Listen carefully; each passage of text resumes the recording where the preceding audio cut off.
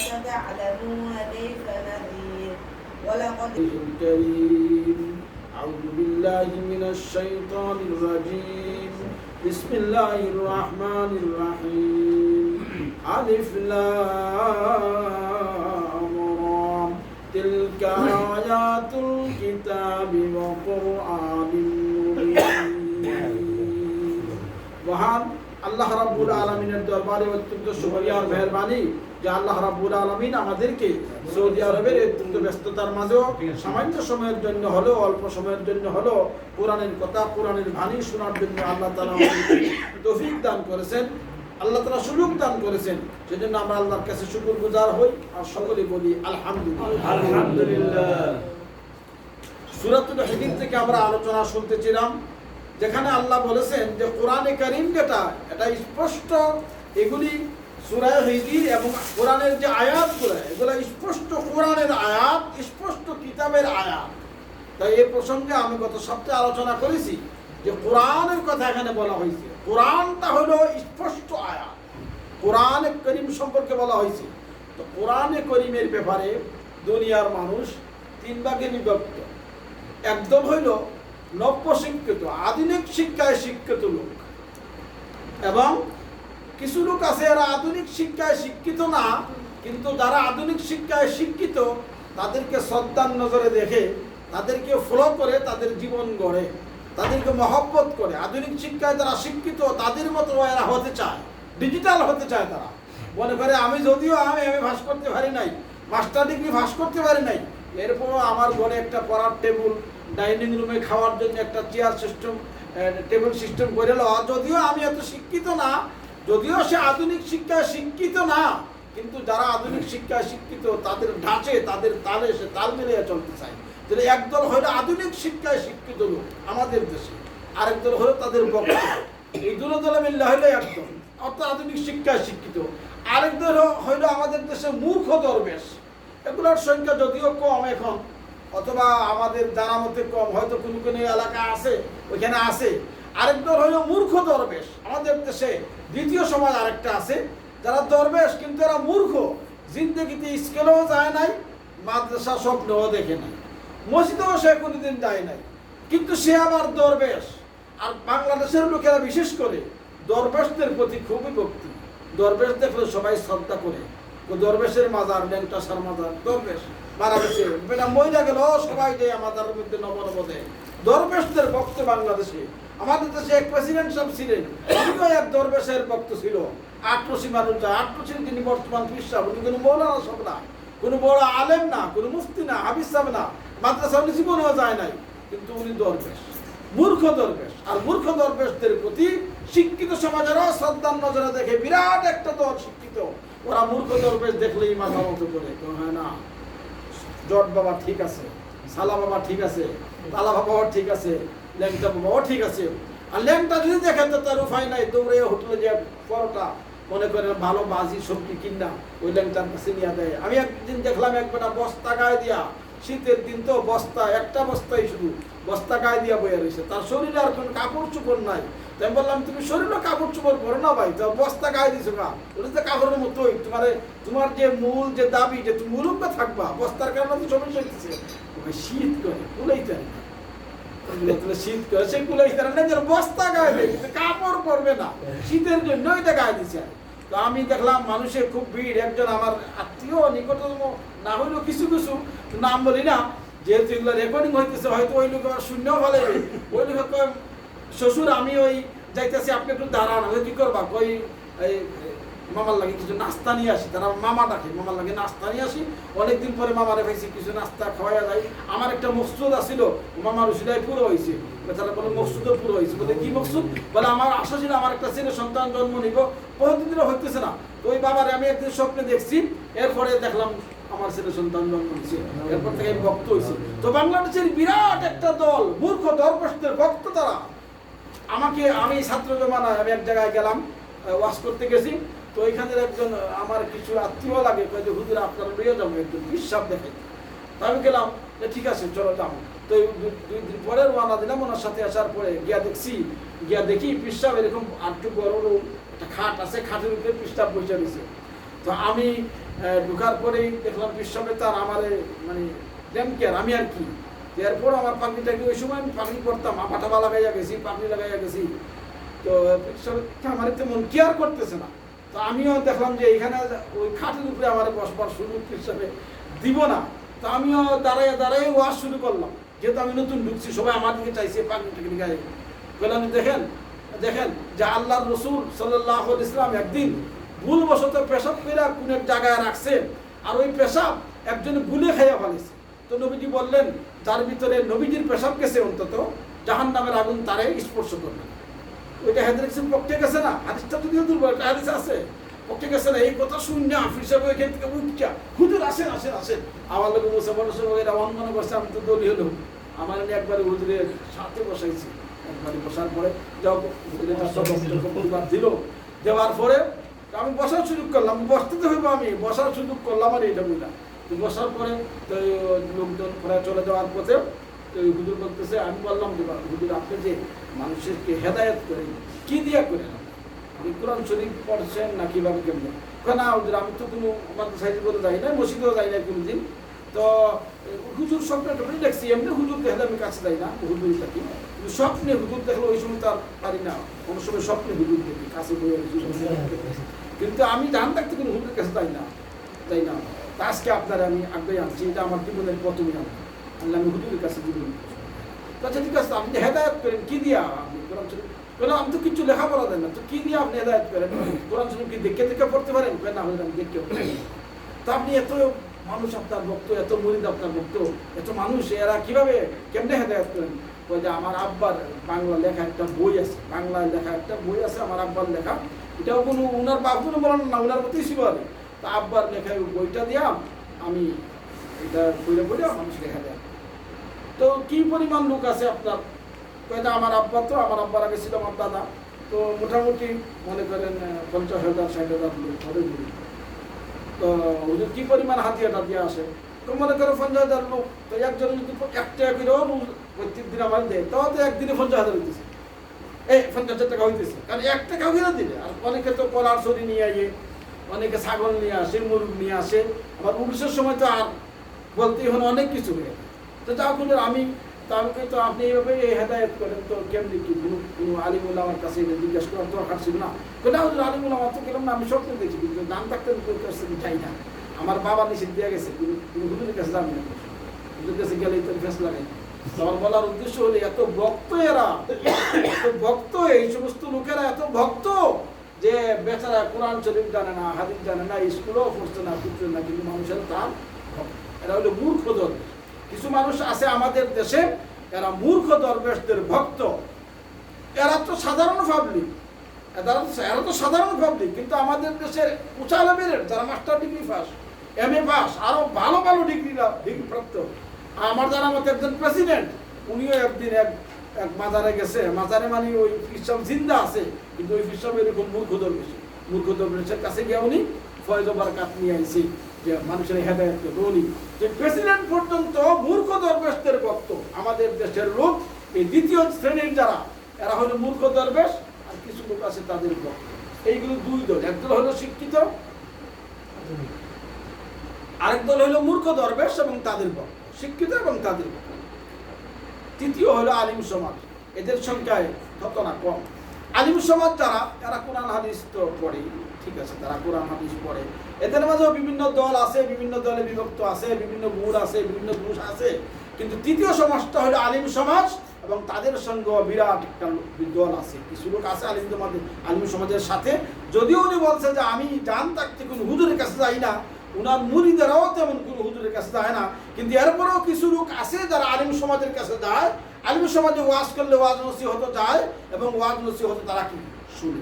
তিন দল, এক দল হইল আধুনিক শিক্ষায় শিক্ষিত এবং তাদের ভক্ত, আরেক দল হইল মূর্খ দরবেশ এবং তাদের ভক্ত, আরেক দল হইল দেশের আলিম সমাজ এবং তাদের ভক্ত।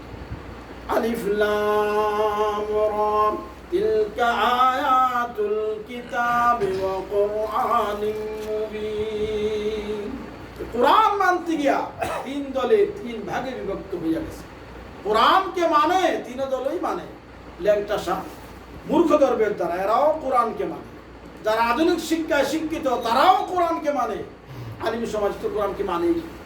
যারা যারা যারা আধুনিক শিক্ষায় শিক্ষিত এরা কোরআন মানে আর বলে যে কোরআন ঠিকই আছে সব, কিন্তু না বুঝা এগুলি ফইরা লাভ কি, আরবি শিক্ষা বুঝা পড়লে লাভ ছিল। আর এগুলি তো আমাদের এই সময়ও নাই, এগুলি বুঝারও সময় নাই, এত গ্রামার ট্রামার এগুলি পড়ারও সময় নাই। সুতরাং এগুলি বাধ্য হয় আধুনিক শিক্ষায় শিক্ষিত এক দল যারা তারা কোরআনকে না বুঝা ফেলে লাভ নাই এই স্লোগান দিয়ে তারা কোরআন থেকে দূরে থাকে। আর মূর্খ দরবেশ যারা তারা অন্য পন্থা, তারা বলে দেখেন মূর্খ দরবেশ যারা, এদের বিরাট একটা দল আছে বিভিন্ন জায়গায়, হয়তো ফেসবুকের যুগ কমছে, আগে আমি দেখছি বিরাট একটা দল মূর্খ দরবেশ যারা আছে, এরা বলে দেখেন একটা হলো জাহিরি আবাদত আর একটা হলো বাতিনি আবাদত, সকলের কাছে যুক্তি আছে। মূর্খ দরবেশেরা বলে আবাদত দুই ধরনের, একটা হলো জাহিরি একটা হলো বাতিনি। জাহিরি হইল প্রাইমারি স্কুলের মতো, প্রথমে গেলেন পড়লেন প্রাইমারি, এটা শেষ। জাহিরি আবাদত গুলা হইল বাতিনি গুলারে শক্ত করার লাগে, তো বাতিনি গুলা যদি শক্ত হয়ে যায় জাহিরি গুলি আর করা লাগে না। ওনাদের কথা হইলো এই যে শরীর বা বডি এটা হলো জাহিরি, অন্তরটা হইলো কি বাতিনি। অন্তর তো মূল আসল, মূল আর আসল যখন ভিতরের আবাদতটাই হইলো আসল। তাহলে জাহিরি নামাজ রোজা হজ যাকাত এগুলো হইলো জাহিরি আবাদত। আর আল্লাহর জিকির করা, আল্লাহর সান্নিধ্য লাভ করা মনে করেন অন্তরের খোরাক। তা আপনারা জাহিরি আবাদত করেন, আমরাও করছি, এখন আমরা বাতিনি আবাদতে ঢুকছি। সুতরাং একটা প্রাইমারি স্কুল শেষ হইলে আর তেমন লাগে না, জাহিরি আবাদত করছি অনেকদিন, এখন আর লাগে না, এখন বাতিনি আবাদত করতেছে। এই হলো তাদের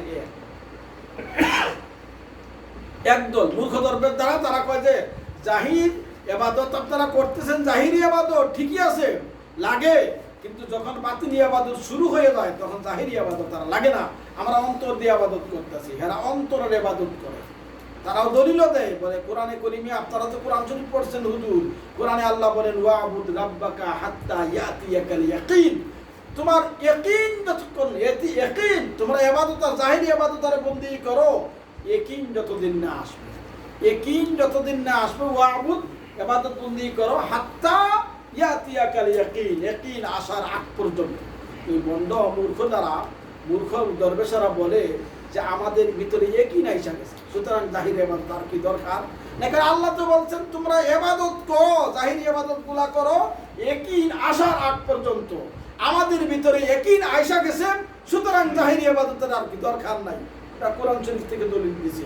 মূর্খ দরবেশ সব যদিও মূর্খ আমরা বলতেছি, বেচারা কোরআন শরীফ থেকে দলিল দিয়েছে যে ইয়াকিন আইসা গেছে, যেহেতু ইয়াকিন হইল ইলমে মারিফতের, উনার ব্যাখ্যা ইয়াকিন হইল ইলমে মারিফতের একটা দরজার নাম।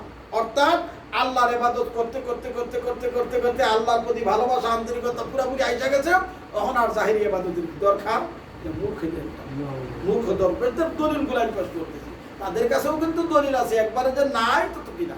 এরপরে ওনারা বলতেছে মূর্খ দরবেশ যারা, তারা বলে যে দেখেন কালাম হইল 90,000, ও কথা বলে বলার দরকার ছিল না, কিন্তু এরপরেও হয়তো কোনোদিন কোনো বন্ডের সম্মুখে আপনি পড়তেও পারেন, আমি পড়তেও পারি, তখন বন্ডের সামনে যদি পড়ে দেখবেন এই কথাগুলোই সে বলবে যে কালাম হইল 90,000, এই কোরআন শরীফ হইল 30,000, আর বাকি লুকাইল রয়ে গেছে আরো কি 60,000। ওই 60,000 আমরা জানি মূর্খ দরবেশেরা, ওইটা আল্লাহ ইলহামের মাধ্যমে নবীরে দেয় নাই, এটা প্রাইভেট দিছে অস্কুরণের মাধ্যমে। এই মূর্খ দরবেশ যারা আমরা পাইয়া গেছি সেই 60,000, ওই 90,000 কালামের মধ্যে 30,000 আপনারা পাইছেন কোরআনের মাধ্যমে, আর 60,000 পাইছি আমরা, ওগুলা লুকাইল আছে আমাদের কাছে, আমাদের পীর সাহেবের কাছে। তো এই জন্য আমরা ওই 60,000-এর উপরে আমল করি, আর আপনি 30,000-এর উপরে আমল করেন, সুতরাং আমরাই কি শ্রেষ্ঠ। জন্য আধুনিক শিক্ষায় শিক্ষিত যারা এরা কোরআনকে এড়ায় যায় একভাবে, আর বলে যে না বুঝা হইরা লাভ নাই, এই জন্য এটা পড়া তারা বাদ দিচ্ছে। আর যারা মূর্খ দরবেশ তারা বলে 90,000, আমরা 60ও আছি, আপনারা 30ও আছেন, আপনারা জাহিরি প্রাইমারি করতেছেন, আমরা এখন হাই স্কুলে কলেজে আছি, ইউনিভার্সিটি লেখাপড়া করতেছি, আপনারা জাহিরি ইবাদত করতেছেন, আমরা বাতিনি ইবাদত করতেছি। এগুলো হলো ভণ্ডদের দলিল। ভণ্ডরা ওই সমস্ত কথাই কি বলে। এখন প্রত্যেকটা খণ্ডনের দরকার আছে, খণ্ডনের দরকার তত নাই, কারণ এগুলি খণ্ডন করতে তত জ্ঞান লাগে না। কিন্তু জ্ঞান লাগে যেখানে, সেটা আলোচনা হয়ে গেছে যে আধুনিক শিক্ষায় শিক্ষিত লোকেরা বলছিল যে কোরআনে কারীম না বুঝা ফিরা লাভ নাই। আমি দীর্ঘ আলোচনায় আপনাদের সামনে প্রমাণ করে দিয়েছি যে কোরআনে কারীম না বুঝা ফলে যা লাভ আছে আমরা দীর্ঘ আলোচনা করেছি। সুতরাং এখানে আর আলোচনা করার দরকার নাই। বাকি মূর্খ দরবেশ যারা, তো মূর্খদের সাথে তর্ক করা তো অনর্থক। মানুষের মূর্খের সাথে তর্ক করা অনর্থক। খেয়াল তর্ক করে তো কোনো লাভ নাই, কারণ এক কোরআনও পড়ে নাই, হাদিসও পড়ে নাই, কোনো কলেজ স্কুলেও যায় নাই। সুতরাং মূর্খদের সাথে যদি আমি যুক্তি আর তর্কতে লিপ্ত হই, খাও কারণ হ্যাঁ তো কিচ্ছু বুঝবেও না, বুঝার যোগ্যতাও তার কাছে নাই। হ্যাঁ হলো মূর্খ দরবেশ, কিন্তু সে যে মূর্খ সে এটাও জানে না, সে বুঝে না সে যে মূর্খ। সে মনে করে আমি পীর সাহেবের গেছি সবক পড়ছি, আর পীর সাহেব এই যে আমার মনে করেন লেংটি পড়াইয়া দিছে, কারণ তাদের পীর সাহেবের সবক হলো যারা লেংটি পড়াইয়া দেন ওই খেলাপতি পাইয়া গেল। আর যত ল্যাংটা বেশি থাকবে সেই অত বড় কি পীর। ল্যাংটা অবস্থায় সে বাজারে চলাফেরা করে, দোকানে চলাফেরা করে, রাস্তাঘাটে চলাফেরা করে, মানুষ মুরিদ করে। সে ভণ্ডদের দলিল হইল যা আমাদের ইয়াকিন ঠিক হয়ে গেছে, সুতরাং আর লাগে না। কিন্তু আল্লাহ তাআলা এখানে ইয়াকিন শব্দের অর্থ কি? মৃত্যু। কারণ কোন শব্দের অর্থ জানতে হইলে কোরআন তাফসীর দেখতে হইল।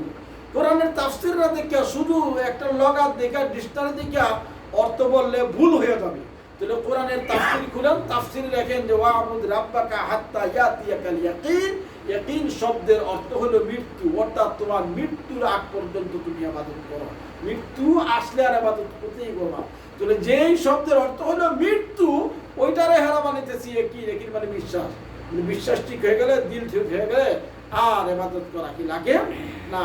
আর তারা বলে আমরা ইবাদত করতে করতে আল্লাহর নিকটে চলে গেছি, সুতরাং এখন আর ইবাদত না করলে কি সমস্যা নেই। এ কথাও ঠিক না, কারণ যে যত বেশি নিকটে যায় সে এত বেশি বাধ্য হওয়া লাগে। নজদে গারা বেশ বুয়াদ হায়রানি। কবি বলেন যে যে ব্যক্তি মনে করেন আপনি কোর্টে গেছেন, কোর্টে গিয়ে সাধারণ পাবলিকে যদি একটু এদিক সেদিক করে সমস্যা হয় না, কিন্তু যারা এখানের কর্মচারী উচ্চপদস্থ অফিসার যদি দেখে এরা দৌড়াদৌড়ি করতেছে, হট্টগোল করতেছে, তার অ্যাকশনে যায়। কেন? তোমরা বুঝদার মানুষ এরকম করে কেন? এরা তো বুঝে না, এই জন্য না। হাদিস আছে না, এক সাহাবী আইসা কি করছে, মসজিদের মধ্যে থুতু ফেলাইছে, আল্লাহ রাসূল রাগ গেলেন, তুমি এখান থেকে আরেক বেচারা এসে পেশাব করে দিছে, ওই সময় আবার রাগ করে না। কেন রাগ করে না? ওই বেচারা পেশাব করছে, ইহুদি হয়তো চিনে না মসজিদ কি আর বাড়ি কি আর জানে না, চিনে না, বুঝে না, সুতরাং হের উপর রাগ করা যাবে না। কেন? হে জানে না, বুঝে না। আর যে বুঝে জানে সাহাবী রাসূলুল্লাহর শিক্ষিত হয়ে থুতু ফেলাইছে, নবীজি রাগ করলেন। কেন? যে সে জাননেওয়ালা হইয়া, বুঝনেওয়ালা হইয়া কেন এরকম কি করবে? তাহলে যে ব্যক্তি আল্লাহর বেশি ইবাদত করছে সে তো আল্লাহর নিকটে চলে গেছে। তাহলে সে যদি অল্প দোষ করে এটাও বড় হইয়া দাঁড়ায়। অথচ বন্ডা মূর্খ বলতেছে যে আল্লাহর কাছে চলে গেলে ওইখানে গিয়ে দোষ করলে আর কি দোষ হয় না। বলছে বিষয়টা এরকম না। বিষয়টা হইলো যে ব্যক্তি আল্লাহর কাছে গেছে সে যদি কি করে দোষের কাজ করে, এটা বেশি দোষ হয়ে যায়। আলিফ লাম রা তিলকা আয়াতুল কিতাবি ওয়া কুরআনিম মুবিন। তাহলে কোরআনকে তারা মানবে। ভণ্ডরা এক রকমের মানতেছে, আধুনিক শিক্ষায় শিক্ষিত লোকেরা আর এক রকমের কোরআনরে মানতেছে। এবার আসুন আলিম উলামার কথা। আলিম সাহেবরা কিভাবে মানতেছে?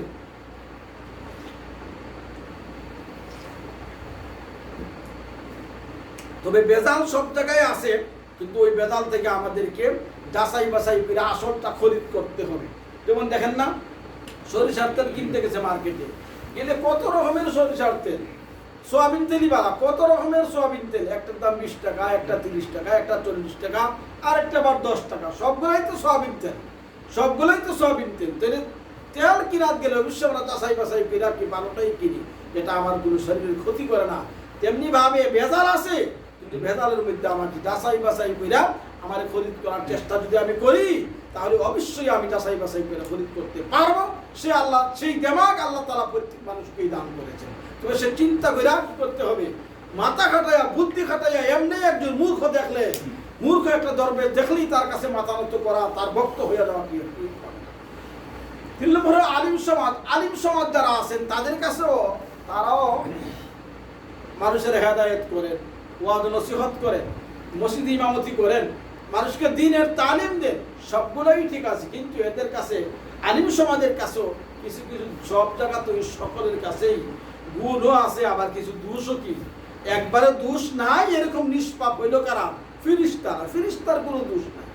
আর মানুষ যারা হয় আল ইনসানু মুরাক্কাবুম মিনাল খাতা ওয়ান নিসিয়ান, মানুষের কি দোষ হইতেই কি পারে। আলিম সমাজের কাছেও কিছু দোষ আছে, যেমন দেখবেন প্রিন্সিপাল সব নিয়োগ দিচ্ছে শিক্ষক, শিক্ষককে ভালোই পড়াইতেছে, যে বেতন দেয় এই বেতন দেওয়ার সংসার মোটামুটি চলে, পড়ানিতে ভালো, ছাত্ররাও খুব উপকার পাইতেছে, ছাত্রও অনেক। কিন্তু কাছে আরেক মাদ্রাসা নতুন হয়েছে, ওইখানে প্রিন্সিপালে দেখছে যে ওই শিক্ষকটা খুব ভালো, তুমি দাঁড়াই বলছে তুমি তো 500 টাকা বেতন পাও, আমি তোমার 520 টাকা দিব, আমার বর্ষে দায় পাও, তুই হুজুরে 20 টাকা বেশি তাই না। অথচ ওইখানে ছাত্র তেমন নাই, 4-5 জন, নতুন মাদ্রাসা হয়েছে, আর যেখানে পড়াইতেছে এখানে কি ছিল, ছাত্রও বেশি, পড়াও ভালো, ওনারও সংসার যে টাকা পাইতেছে চলতেছে। তাহলে উনি যদি 20 টাকা বেশি পেয়ে আরেক মাদ্রাসায় চলে যায়, এটা সরাসরি ইলিম বিক্রি করার সমুদ্র, কিন্তু টাকার জন্য পড়াইতেছেন দিনে, ওইখানে নিয়ে আরেক কদিন পরে আরেকজনে কয় তোমার আমি কি করবো, 50 টাকা বেশি দেবো, আমার ভাষায় এখন উনি গেছে আবার হেই মাদ্রাসা, এখন মাদ্রাসা বিপদে পড়ছে, শিক্ষক আনে আবার টাকা, আনে আবার টাকা, সাথে সাথে মিশতে মিশতে মিশার আগে আবার এই টাকা। প্রিন্সিপাল সাহেব দিনের খেদমত করা কঠিন হইতেছে, কেন যে ওই যে ফরানেওয়ালা, এই ফরানেওয়ালা পুরাপুরি দিনদার না, ওর কাছে হুব্বে মাল আর হুব্বে যা, হুব্বে মাল সম্পদের লোভ, তার কাছে সম্পদের লোভ, 5 টাকা বেশি হইলে আরেক কেন দৌড়বে, ওই ফলানি হোক আর না হোক আমার বেতন বেশির দরকার। হ্যাঁ, তবে যদি মনে করেন তার সংসার চলে না, তার সংসার চলতেছে না, এমত অবস্থায় সে মজবুর, অন্যখান থেকে যদি দাওয়াত আসে আপনার 50 টাকা বেশি দিন, তাহলে সমস্যা নেই, কারণ তার সংসার চলতেছে না। আর সংসার চলে আর এমত অবস্থায় চলে যায়, তাহলে এটাকে বিক্রি, ধর্ম বিক্রি। বুঝি ওয়াজও গেছে, ওয়াজ করতেছে, ওয়াজ করার পরে হুজুর আবার বাড়ি যাইতে হবে না, বা ওনার মানুষের যাইতে হবে না, ওয়াজ তো আল্লাহ রাস্তা করছে, কমিটি কেউ পয়সা হিসেবে দেয় নাই, তখন হুজুর যাইবে কেমন, পকেটে তো ওদের ভাড়াও নাই, তখন হুজুর কমিটিরে বলবে আমি ওয়াজ করছি, টাকা দেওয়া লাগবো, এটা দায়িত্ব আছে। কিন্তু মনে করেন হুজুরে ওয়াজ করছে, ওয়াজ রাখছে 2টা-3টা দাওয়াত রাখছে ওইটা, আর মনে মনে হয় যারা হাদিয়া বেশি দিবে ওদের ওয়াজে যাবে, এখন যত গণায় তত হাদিয়া বাড়াইতে হয়, তত তারিখ গণায় তত হাদিয়া বাড়াইতে হয়, তো সবাই দিয়ে একজন দিয়েছে 100 টাকা, অন্য পাঠিয়ে দিয়েছে 200 টাকা, আরেক পাঠিয়ে দিয়েছে 300 টাকা। এখন ওইখানে মানুষ হোক আর না হোক, যেই ওয়াজও গেলে টাকা বেশি পাওয়া যায়, বক্তা হুজুর ওই ওয়াজও গেছে, তখন ওইটা পুরাপুরি ধর্ম বিক্রি। বাকি হুজুরে ওয়াজ করছে, ওয়াজ কিনা হুজুরের বাড়িতে যাওয়ার ভাড়া নাই, অথবা হুজুরের কাছে টাকা নাই, ওই সময় যদি টাকা না দেয়, তাহলে জোর করে আদায় করা কি আছে, জায়েজ আছে। হুজুরে বললে ওয়াজ করছি, টাকা দিয়ে তো না, টাকা কি দেওয়া লাগবে, ওটা জায়েজ আছে এবং বৈধ আছে। আর তার 3-4টা দাওয়াত রাখছে, আর মনে মনে করে যেন বেশি টাকা পাবো হেন দাম, আর হুজুরের গাড়ি আছে, ঘোড়া আছে, সংসার আছে, সব কিছু চলতেছে, ও বালা, এমত অবস্থায় যদি হয় তাহলে এটা ধর্ম বিক্রয়ের সামনে। যে হুজুরে আসলে ওয়াজের মহব্বত না, হুজুরে গাড়ি চিন্তা করে কোন ওয়াজ গেলে টাকা বেশি পাবো, অথচ সংসার তো ভালো করেই চলতেছে, এই জন্য এটা ধর্ম বিক্রয়ের সামনে। এটা হলো হব্বে মাল, সম্পদের মহব্বত, টাকার মহব্বত, অর্থের মহব্বত, এটা আলিমদের জন্য অত্যন্ত নিন্দনীয়। এরপরে আরো একটা আছে মনে করেন, সেটা হলো যে আপনার মসজিদের ইমাম সাহেব ইমামতি করে সুন্দরী ভালোই, হঠাৎ আরেকজন হুজুর আইছে সেই গ্রামে, মনে করেন আপনি একজন হুজুর লই আইছেন এমনি ছাদি গেছে বেড়াই, হুজুরে দেখতেন, তখন জানতে পারছেন উনার কেরা তো সুন্দর, ওয়াজও করে আর ভালো, পড়াটা তো ভালো, দেখতেও সুন্দর, তখন হুজুর মনে মনে করতে আমার নাম থেকে খেয়াল হয়, হুজুরের মনে মনে মনে মনে একটু একটু কি জ্বলতাছে, ওইটা ঠিক না। কেননা আমার চেয়ে আরেকজন যদি ভালো হয়, তাহলে তো আমি খুশি হওয়ার কথা, যে দিনের জন্য দিনের খেদমত আরো বেশি হইব, ওই বেটা আমার চেয়ে আরো ভালো করে ওয়াজ করতে পারে, বেটা হাতের লেখাও সুন্দর, কোরআন হাদিসও বেটা ভালো বুঝে, বেটার কেরা তো সুন্দর, দিনের খেদমত হইব, অনেক খুশি হওয়ার কথা। বেজার কেন? বেজার হইলে বোঝা গেল তার ভিতরে আন্তরিকতার অভাব এবং দুনিয়া। আবার মনে করেন মাদ্রাসা হুজুর নিয়োগ দিছে, হুজুর নিয়োগ দেয় না মাদ্রাসা, আরেকজন নতুন নিয়োগ দিছে, নতুন হুজুর দিয়েছি, বেটা আরবিতে লেকচার দিতে পারে, ইংরেজিও লেকচার দিতে পারে, পড়াই কি অনেকটা, ওয়াজও ভালো। অন্য অন্য হুজুর আর 2-1জন আছে না, করতেছি এটা দেখুন, এটাও করতেছি, কষ্ট হইতেছে মনে, কেন দুনিয়াতে আর হুববে যা দেহের সম্মান আর ইজ্জত বেশি হইয়া যাক, ওইটা উনি চাইতেছে না। এরকম যদি হয় এটাও অত্যন্ত নিন্দনীয়। যদি আমি দিনের খাদিম হই, তাহলে আমার চেয়ে একজন ভালো আসলে আমার অন্তরে আগুন জ্বলবে কেন, আমার হিংসা লাগবে কেন? আমার গ্রামে যদি 10-12 জন হাফিজ আরো বেশি হয়ে যায়, তা আমি একজন হাফিজ, সবাই আমার প্রশংসা করে, একজন হাফিজ আমাদের এলাকার, আরো 10-12 জন হাফিজ হয়েছে, উনার জল কি লাগে, উনি তো খুশি হওয়ার কথা যে আরো 10-12 জন হাফিজ হয়েছে, দিনের খেদমত আরো কি বেশি হবে। হুব্বে যা এবং হুব্বে মাল, একটা হলো হুব্বে মাল, সম্পদের মহব্বত, টাকার লোভ। যে মাদ্রাসায় আইসা প্রিন্সিপাল সাহেব স্থির করতে পারে না যে এই উস্তাদ যে আনছি উনি থাকবো না যাইবো গা, থাকবো না যাইবো গা, কেন না 10 টাকা বেশি হয়নি কি করে দৌড় দেয়। আবার একজন হুজুর বড় আসলে এই যারা আছে লোকাল যারা আছে এরা ওনারে হিংসা করে, তো এটা আবার করতে এসেছে নতুন, আমরা এতদিন ধরে পড়াইতেছি, এখন নতুন বড় বড় কিতাব নিয়ে গেছে, ওয়াজও করে, সবাই হের পিছনে পিছনে করে, এইটা আবার করতে এসেছি, এটাও হিংসা, ওইটাও কে হুব্বে যা এবং হুব্বে মাল, সম্পদের মহব্বত, অর্থের মহব্বত। হ্যাঁ, একজনের চলতেছে না সংসার, এখন যদি সে অন্য মাদ্রাসায় চলে যায় নিন্দনীয় না। একজনের চলতেছে না সংসার এই মসজিদে থাইকা আরেক মসজিদে বেতন বেশি ভাইয়া চলে গেছে, সমস্যা নয় এটা, কিন্তু চলতেছে যদি দৌড়াদৌড়ি করে তাহলে এটা সরাসরি ধর্মবিদ্রোহী সামিল। আরেকটা হলো সম্মান, ইজ্জত, ইজ্জতের জন্য। যেমন এখানে আমাদের দেশে নির্বাচন হয়, এখন নির্বাচনের অর্থ কি, যে আমি মেম্বার হমু, আমি মুরব্বী হমু, আমি চেয়ারম্যান হমু, আমি এমপি হমু, আমি মন্ত্রী হমু, আমি মিনিস্টার হমু, যে এই জন্য দৌড়াদৌড়ি করে আমার সম্মান বেশি হোক, আমার নাম দাম বেশি হোক, আমার ইজ্জত বেশি হোক। হুব্বে যা এবং হুব্বে মাল, এটা হলো হুব্বে যা, মানে আমার সম্মান বেশি হোক, মানুষের বলুক যে আমি একজন বক্তা হই, আমি একজন হুজুর হই, আমার লেখা খুব সুন্দর, আমি কথা বলতে পারি খুব বালা। হুব্বে মাল এবং হুব্বে যা দুটোটাই নিন্দনীয়, আর দুটোটাই আলিমদের কাছে, কিছু কিছু আলিমদের কাছে পাওয়া যায়। এই জন্যই দেখবেন দল, বাংলাদেশে কত ইসলামী দল, আমাকে একটু আগে একজন প্রশ্ন করতে, এত দল খা, এত দল খা, তো বেটার আমি কি জবাব দিব? ওই যে প্রত্যেকের ভিতরে আমি নিজে একটা দল বানাবো, আমি চেয়ারম্যান হতে পারবো, আর উনিও আমিও নিজে একটা দল বানাবো যে আমিও চেয়ারম্যান হতে পারবো দলের, কারণ অন্য দলে ভর্তি হলে আমি তো আর চেয়ারম্যান হতে পারবো না, চেয়ারম্যান যে হওয়ার তো হয়েই দিচ্ছে, উনি বললে হয়তো ওনার ছেলে চেয়ারম্যান হইব, কিন্তু প্রত্যেকের ভিতরে আলাদা আলাদা একটা দল বানাইবার জন্য আগ্রহ জন্মে। কেন?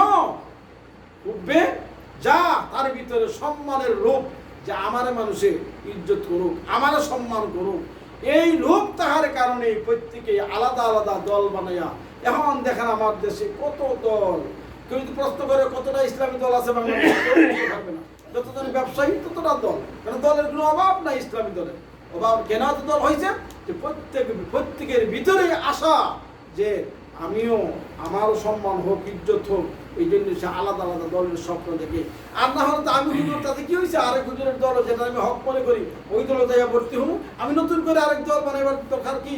আবার দেখবেন দল তো নতুন করে বানাইছেই, অন্য দলের মধ্যে যদি কিছু থাকেও ওনার ইজ্জত আর সম্মান হয়তো পাইছে কিনা জানি না, কিন্তু নতুন করে বারো আবার এক দল বানায়, উনি এই দলের সভাপতি, এই দলের সভাপতি উনি। কত এক দলের থেকে আরেক দল, আরেক দল থেকে আরেক দল, আরেক দলের থেকে আরেকটা সিস্টেম হলে নিজেই প্রথমে আরেক দল দিয়ে শুরু করছে। কারণ নিজের ভিতরে কিসের মহব্বত? সম্মানের মহব্বত।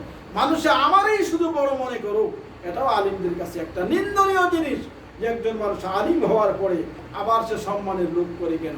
আমি আলিম হয়েছি, আমি আবার আগের কাতারে কিসের জন্য যাওয়া লাগবো ধাক্কায়া? আমি আবার নির্বাচন যাওয়া লাগবো কেন?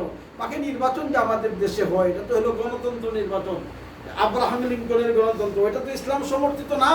কিন্তু আলিমেরা যায় কি জন্য? যায় এই জন্য, যদি এই নির্বাচনে কেউ না যায় তাহলে যারা জঙ্গিবাদী, যাতে এই কথা না বলে, এই জন্য নির্বাচনের মধ্যে অংশগ্রহণ করে আলিমেরা। এই জন্য না যে এমপি হইয়া ক্ষমতা দখল করিয়া বাংলাদেশে ইসলামী আইন চালু করবে, কারণ ক্ষমতা দখল করে ইসলামী আইন চালু করা যদিও যায়, কিন্তু একদিনও টিকাই রাখা যাবে না। জোর কইরা ঘুষি দিয়া নাক ফটাইয়া কয়জন আমি মুসলিম ঢুকাইবেন? আপনি ল্যাব দিয়া পিটাইয়া নিয়ে মুসলিম ঢুকাইবেন কয়জন, আর কয়দিন ঢুকাইবেন আপনি? ওইটা মোটেও অসম্ভব না। মানুষকে দিনদার বানাইতে হবে ওয়াজ আর নসিহতের মাধ্যমে, কোরআনের কথা মানুষকে শোনানোর মাধ্যমে তারা হেদায়েত হবে। যা হয় হয়েছে, যা হয় হইল না। ভোট নির্বাচন করবো, এমপি হমু, ক্ষমতা দখল করবো, মিছিল করবো, স্লোগান করবো, এরপরে আমার ক্ষমতা দখল করে আর্মি সারমু, বিডিআর সারমু, র্যাব সারমু, আলকাতরা ফাটাবো, আলকাতরা দিয়া যারা যারা ভাইব মহিলা বাড়িব সবরে আলকাতরা লাগাই দিব। এইভাবে আমরা ক্ষমতা দখল করে ইসলাম প্রতিষ্ঠা করবো না। এভাবে যদি হইতো তাহলে আল্লাহ একদিনেই ফাটবে। আল্লাহ বলতেছেন না, এভাবে হলে তো আমি পারি, জোর করে দিলে আমি একদিনে যদি চেষ্টা চালাই সব দিনদার হয়ে যাবো না। কিন্তু আমি চাইতেছি সে ইচ্ছা করে হোক। আল্লাহ যদি চায় তাহলে ইচ্ছা করলে সকলকে আল্লাহ ভালো বানাইতে দিন না। কিন্তু আল্লাহ বলেন আমি চাইতেছি এই দূর কইরা, আমি চাইতেছি তার ইচ্ছার থেকে সে মসজিদে আসুক, তার ইচ্ছার থেকে সে কোরআনে করিম পড়ুক, তার ইচ্ছার থেকে সে দিনদার হোক। আমি আল্লাহ এটা চাইতেছি। তুমি এমপি আর মন্ত্রী মিনিস্টার হইয়া পিটাইয়া তারে মসজিদে ঢুকে আলকাত লাগাইয়া তারে পর্দার সিস্টেম করবা, ওইটা আমি আল্লাহ চাইতেছি না। লা ইকরাহা ফিদ্দিন, এটাই বলছেন দিনের ব্যাপারে জোরাজুরি না, তুমি তোমার কথা চালায়া দাও, ইসলামের কথা তুমি বলতে থাকো তুমি কোরআনের কথা, তারা শুনবে এবং মানবে। ফাযাক্কির ফাইন্না যিকরা তানফাউল মুমিনিন, আল্লাহ বলেন তুমি ওয়াজ নসিহত করো। ওয়াজ নসিহতের মাধ্যমে যারা মানলো, যারা মানলো না ওমা আলাইনা ইল্লাল বালাগ, আমার কাজ হলো পৌঁছাইয়া দেওয়া, মানা না মানা তাদের ব্যাপার। জোরে কেউরে ইসলামের মধ্যে নিয়ে ধাক্কাইয়া ঢুকাই দেওয়া, ওইটা ইসলামী পদ্ধতি না। হ্যাঁ, বাকি আলিমেরা নির্বাচন করে কেন? এই জন্যই নির্বাচন করে। আলিমেরা নির্বাচন না করলে বাংলাদেশে বলবে এরা জঙ্গিবাদী বা এরকম কিছু বললা ওদেরকে একবারে সবগুলো উৎখাত করে ফেলবে। এই জন্য যেমন তালে তালে একটু নাসা, তালে নাসা ইসলাম প্রতিষ্ঠা করা এইভাবে হয় না। আমি মেম্বার হয়ে যাবো, মেম্বার হয়ে ফিটে সবগুলো মসজিদে ঢুকাবো, আমি চেয়ারম্যান এলাকার সবগুলো ফিটে এরকম পিটাইবার সিস্টেম না। সিস্টেমটা হলো তুমি ওয়াজ নসিহত করো।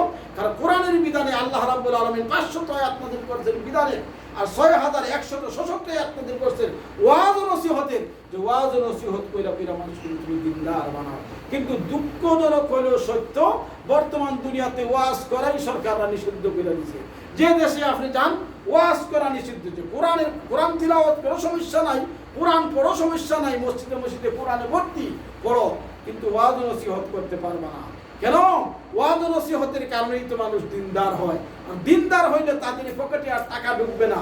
এই জন্যই তারা কি করে, সারা দুনিয়াতেই তারা ওয়াজ নসিহতের পথকে তারা বন্ধ করতে চায়। তা আহকামাত তো মাত্র 500 আয়াত না, 6166 আয়াত তো বাতিল হয়ে গেল যদি ওয়াজ নসিহত না হয়। এই বিরাট আয়াতগুলি আল্লাহ তাআলা তো ওয়াজ নসিহত করেছেন, আর বলেছেন তোমরা যারা দুনিয়ার মুবাল্লিগ, যারা দিনদার, যারা তোমরা মানুষকে ওয়াজ নসিহত করে শোনাও।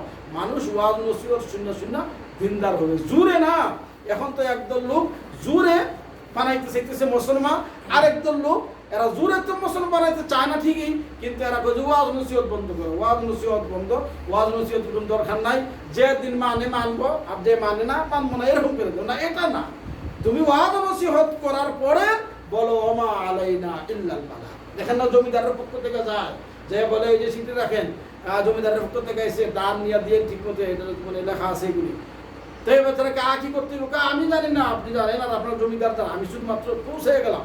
কিন্তু চিঠি তো দিতে হবে, যে আলিম সাহেব তো চিঠি দিতে হবে মানুষের কাছে, যে এটা আল্লাহর বাণী, আমি পৌঁছাইলাম, মানা না মানা তোমার ব্যাপার, কিন্তু আমি পৌঁছাইলাম। কিন্তু বর্তমান দুনিয়াতে পৌঁছানিটাই বলুন, যে কোরআনের কথা তুমি বলতে পারবা না, মমনু। কোরআন হাদিসের কথা আমি ওই দিন একদিন বললাম, যে আগে আমি যখন প্রথমে আসলাম দেখতাম বিভিন্ন মসজিদে অনেক মানুষ জমা হতো, এই শেখেরা ওয়াজ টাজ করতে দেখতাম। তো একদিন বললেন যে আগে এগুলো বন্ধ ছিল, এখন আর খাপ হয়ে গেছে, এই জন্য এগুলি সরকার বন্ধ করে দিচ্ছে। তাহলে ওয়াজ নসিহত কোরআনের কথা বলা এই সারা দুনিয়ায় একবারই। আলিফ লাম রা তিলকা আয়াতুল কিতাবি ওয়া কুরআনিন মুবিন। তাহলে আমার কথার সারাংশ হলো, এই কোরআনকে মানুষে মানে আধুনিক শিক্ষিত লোকেরা এরা বলতেছেন না বুঝা ফিরে লাভ নাই, এরা কোরআনকে ডিলিট করে দিছে। আরেকজন লোক মূর্খ দর্পের যারা, ওরা কয় যে আমরা তো এই 60,000 লিয়া ব্যস্ত। আর আরেকজন আছে আলিম সমাজ, ওরা কোরআনকে মানে ঠিকই, কিন্তু ওদের কাছে দুইটা জিনিস অত্যন্ত লজ্জাজনক, যে ওরা টাকার পিছনে বড় জবর দৌড়াইতে চায়, আর সম্মানের পিছনে বড় জবর দৌড়াইতে চায়, যে আমার মানুষের ইজ্জত করুক, আমার মানুষের সম্মান করুক। এটা অত্যন্ত নিন্দনীয় বিষয়। আল্লাহ তাআলা আমাদের সকলকে বুঝার তৌফিক দান করুন। আমিন।